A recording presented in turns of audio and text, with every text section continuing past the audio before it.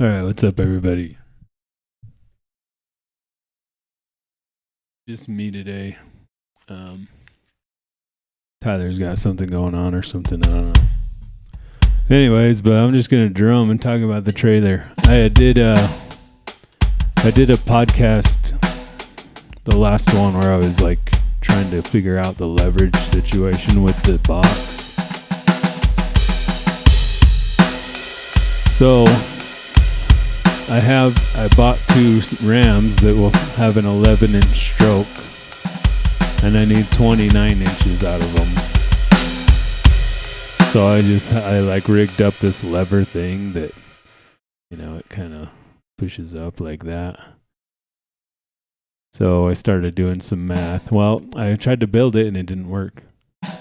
And, the interesting thing is that I have one of these pistons on the front of the trailer as a tongue jack. So this one piston will pick up the whole front of the trailer with the boxes on it. Now I know there's some leverage there, right? So I don't know how heavy that actually is on what's my actual tongue weight, right? Let me turn those drums down. Okay, so I have one piston that lifts the whole front of the trailer with ease. And then I put the same piston on one side of the box and it won't lift it.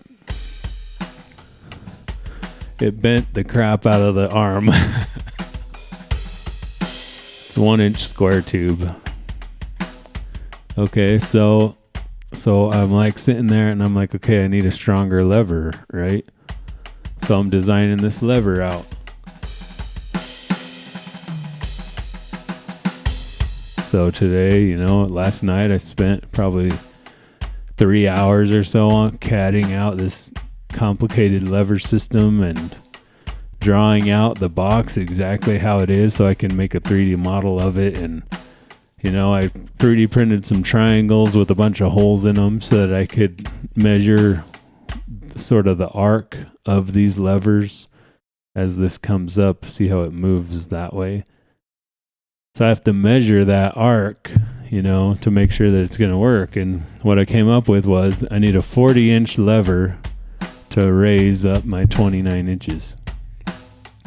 Okay, so that doesn't leave me very much on the other side. So the other side of the fulcrum, so basically what I ended up with is something like this. So I'm going to pull down on this side 11 inches, and I'm going to lift up on this side 29 inches, right? Okay, so I figured it out, right? So today I'm driving the truck, and I'm like, wait a minute. I know why it can't lift it, And here's why. Because I'm only thinking about the leverage on this side. On this side. I'm not thinking about the leverage on this side. So I did the math today, and it's 5 times the amount of weight over here as it is over here, right? 5 times. So my 400-pound box is now 2,000 pounds. So I'm trying to lift a 2,000-pound box with a 700-pound max lift capacity cylinder. So it's not going to work. So today I was doing the math after work, and basically what I can do is I could make this. I have this side of my lever 8 inches. I could make it 15 inches or 16 inches. And that math goes down to about 2.2, 1 to 2.2 ratio. So my 400-pound box would now be about 1,000 pounds.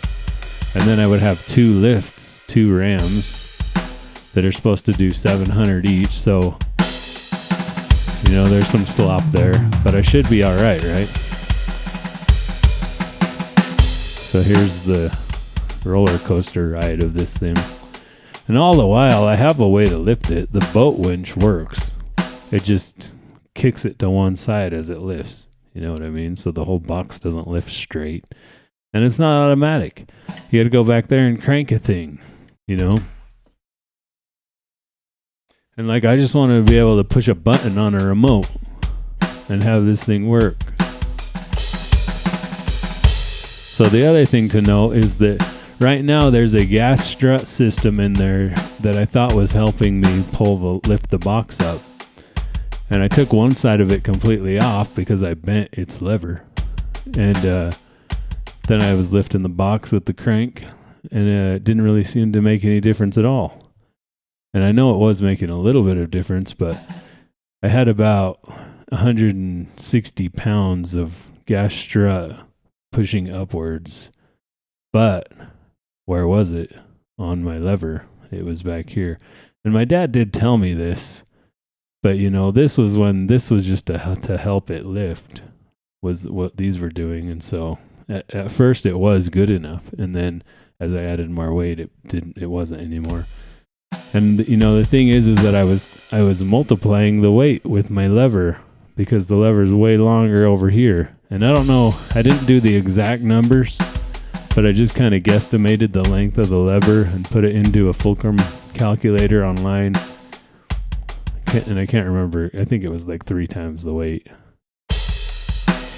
So I'm pushing 1,200 pounds down on, but my gas struts were assisting at 320 pounds. So my math was way wrong.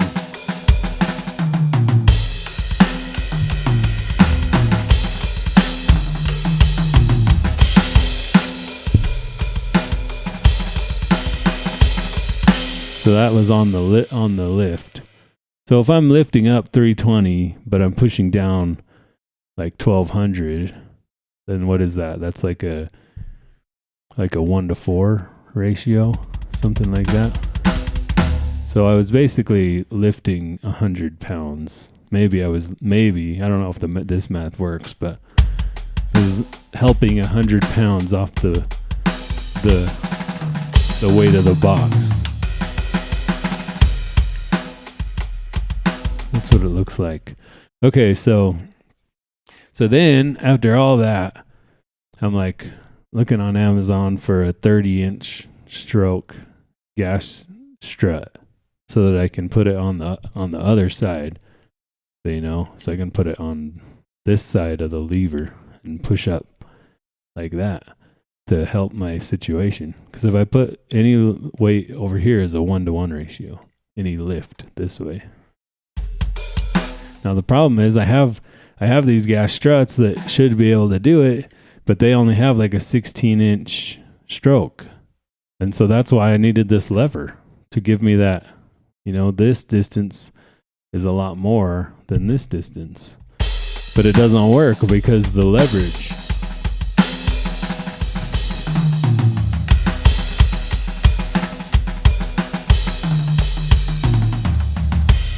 Okay. So then I was like, well, maybe I can just get a 30-inch ram.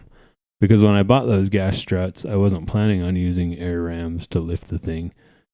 And, you know, I couldn't find it. I don't know if I looked for a 30-inch ram on Amazon before.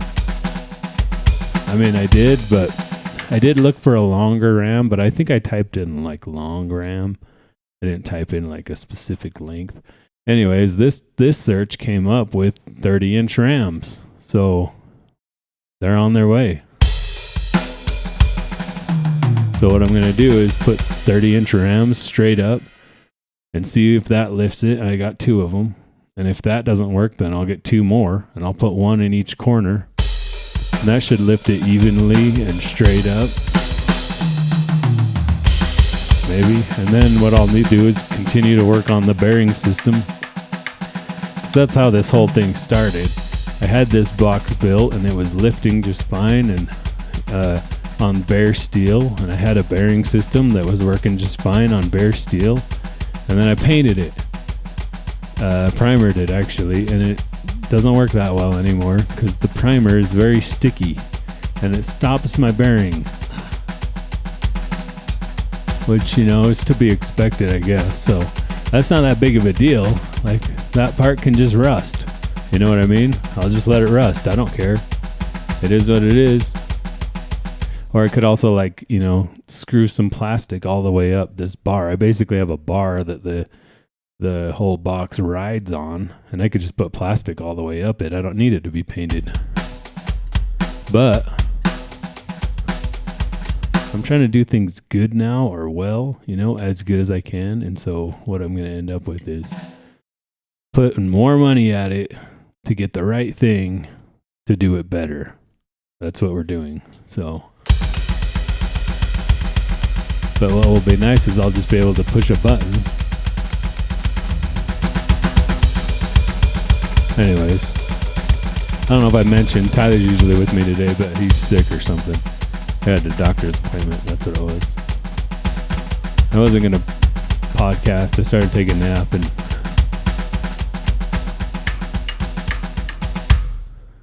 then I didn't.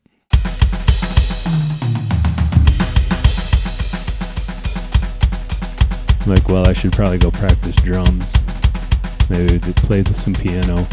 I really should be putting together song 10, but I'm not.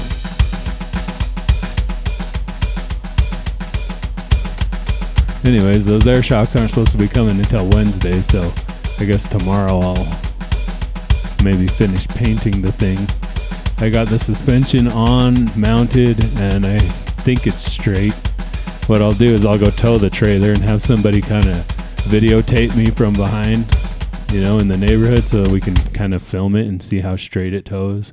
If it doesn't tow straight, then we will adjust things. But I think I'm pretty much to the point to where I can start mounting things on the back. I should be able to mount some of the deck boards, and I can't mount all of them until I plumb the thing. Today I'll start printing I have an idea where I'm just going to 3D print little holders for the air hose mounts, I guess you could call them. And the reason I'm 3D printing them is because I have a ton of TPU and I just need to use it, and I can just 3D print these things in mass amounts and then just screw them wherever I want so that the airline never rubs the metal. Or sometimes when you send air through airlines that they'll air hammer, water hammer, air hammer, fluid hammer, whatever, and it'll smack, If you do that 100,000 times or whatever, it eventually wears a hole in it. Then pretty soon I'm camping and I have to leave my trailer at the camp spot and come back get it the next day, or I gotta fix an air leak. I really gotta remember to bring all these extra air fittings and air line and stuff in case that happens. But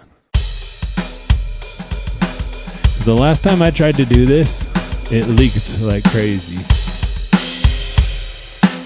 No, I don't know that my mechanical skill was that good then. It's definitely a lot better now.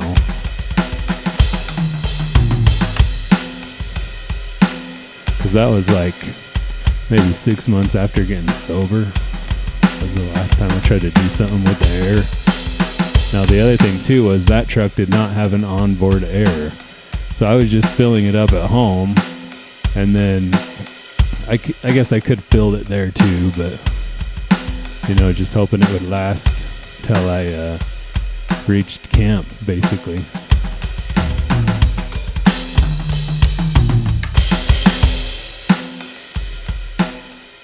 And then the other thing I need to do is come up with the parts list for the extra air cylinders that I have, because I only have regulators for the airbags. I only have one regulator, but they're all gonna need them.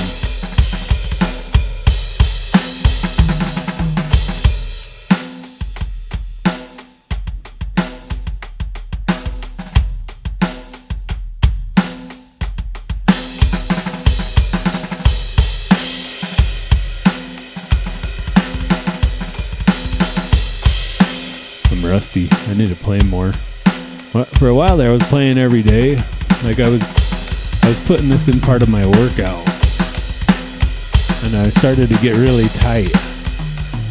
I also wasn't talking while I was playing,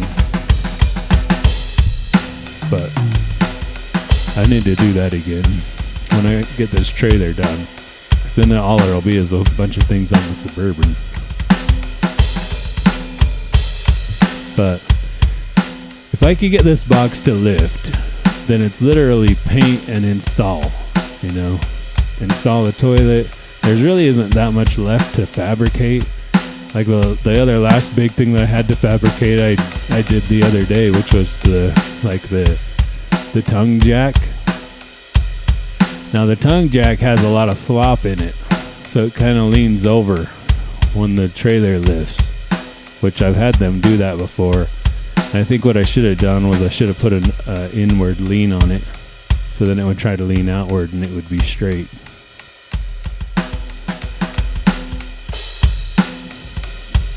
And that's just because of the tilt system. And so I was thinking about some different ideas on how to reinforce it. The other thing too is that it's probably exaggerated, the tilt, because the jack foot is a lot lower,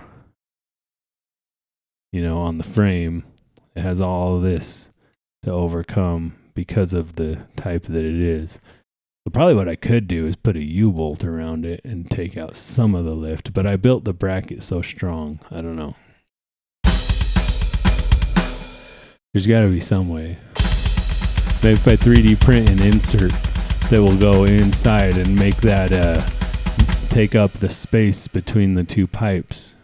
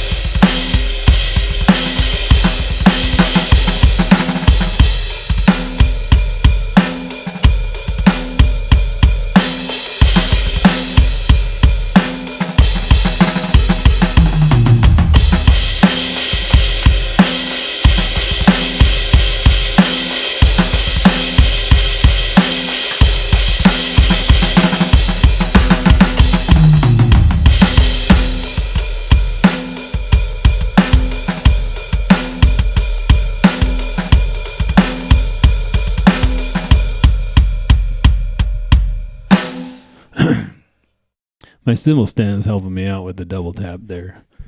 Yeah. I don't know.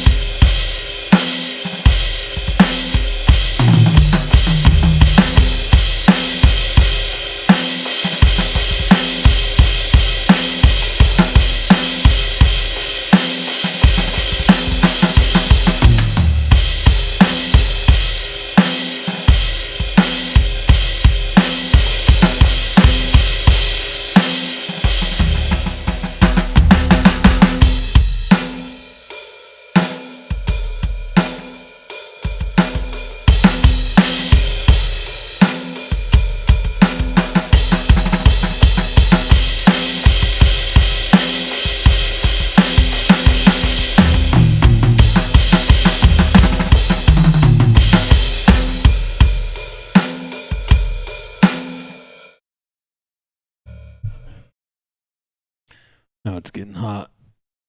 Take up my hoodie. Usually I can switch the camera, but there's nobody else here. Can't switch the camera to anybody else to not film myself taking off my hoodie. Oh crap, I forgot I was wearing a green shirt too. Maybe one of these days I'll stop green screening all this crap, and I don't know.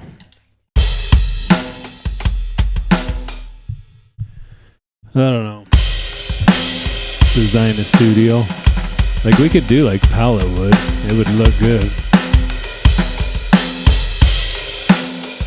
I saw a podcast studio today with pallet wood as their background. I was like, hey, I could do that. Like I could get a lot of pallets free from work.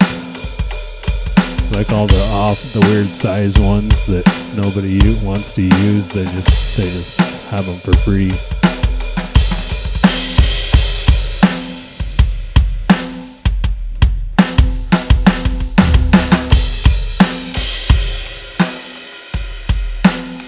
But that last music video we made was all green screened.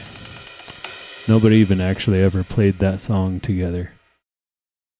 It's called it was for Maddie's Mashups, the In the Air Tonight video.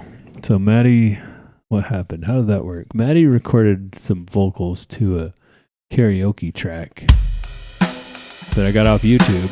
And then what I did was I took that karaoke track and I reproduced my own version of the drums and the piano.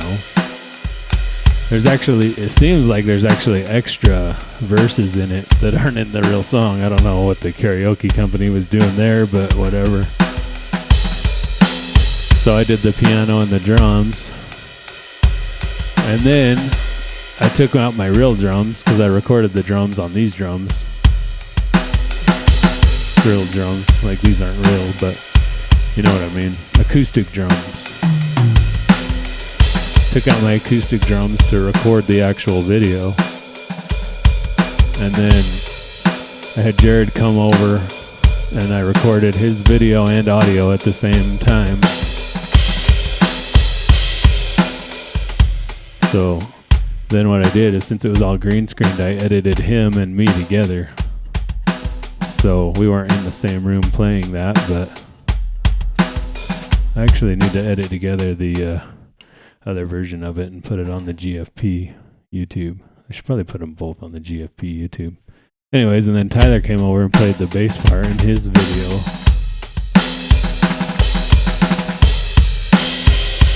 And then we had Maddie re-record all the lyrics twice, because she did it with the wrong lyrics and then the right lyrics.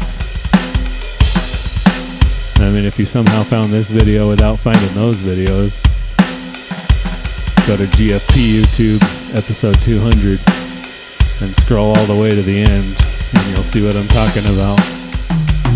Or go find Maddlers on YouTube.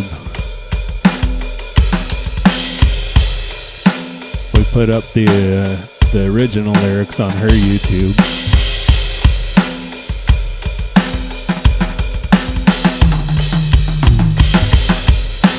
Drum with this freaking mic in my way. I really wish that the headset would have worked.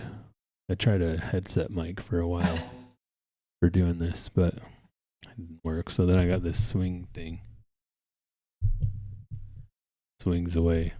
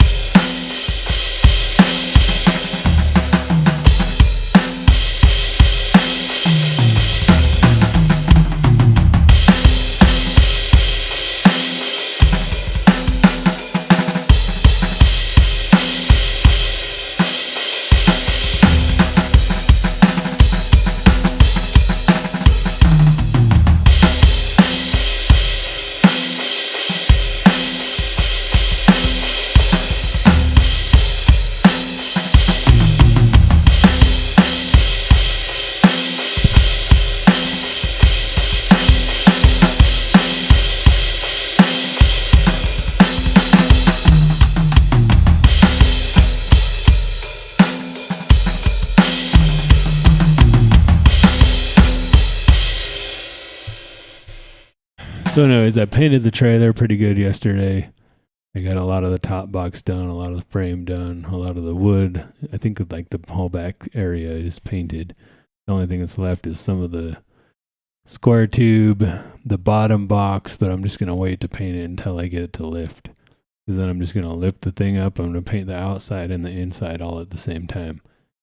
And I'm just not going to primer the inside. I'm just going to paint it. And, I think it's going to obviously be less susceptible to issues anyways. So obviously the outside. And if it's not really super necessary in there because hopefully it will stay dry.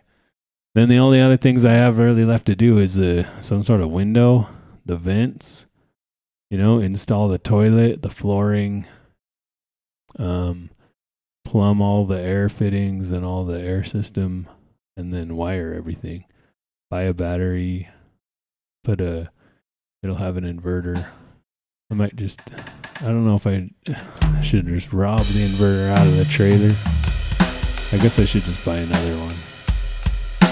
And then I have a 750 watt one, but I was thinking about using that one for the truck. Do I even need 110? I guess I need 110 on the trailer for the fridge. It has a 12 volt thing, but my dad has one and he says that if he inverts it, then the compressor spins faster. He thinks it works better. Although I've never really had an issue with that thing, as long as it has Freon in it. So I don't know, I'll think about that. Maybe the trailer doesn't need an inverter. The only thing is that if the truck system goes down, then I want to have a backup. But it's mainly for the fridge. The only thing I really need to power all the time is the fridge. Everything else in the truck would be 12 volts and should be able to work off of the batteries that it will have because it's just lights. The stove will be propane. Just lights. That's pretty much it. Eventually I might put a diesel heater in the Suburban. And the way that would work is I would hook it up to the rear heat and I would plumb it into the rear heats antifreeze system. So it would just use the rear heater core. But instead of the engine heating it, the diesel heater would heat it. Put a circulation pump in it. So then I would need to power the fan for the diesel heater, the glow plug for the diesel heater, and the circulation pump. Then the fan for the Suburban.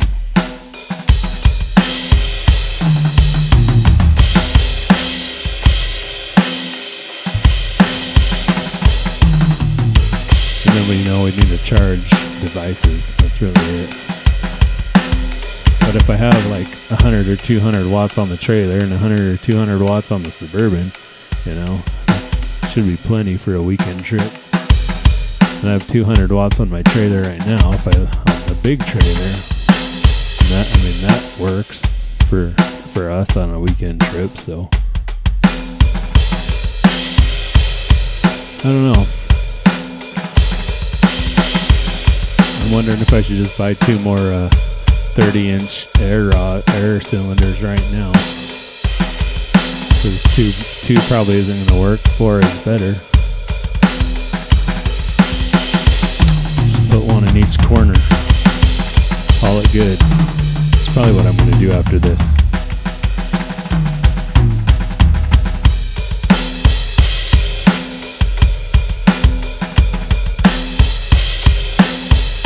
Also, I can just push a button. I still need valves too. If my wife's listening, I found the trailer keys.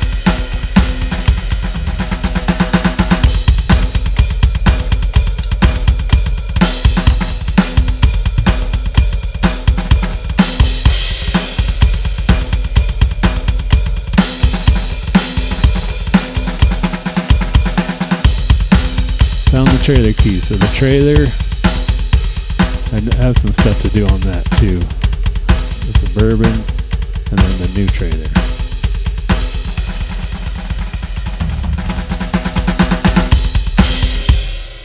Anyways, I'm gonna go work out. Thanks for watching. Bye, everybody.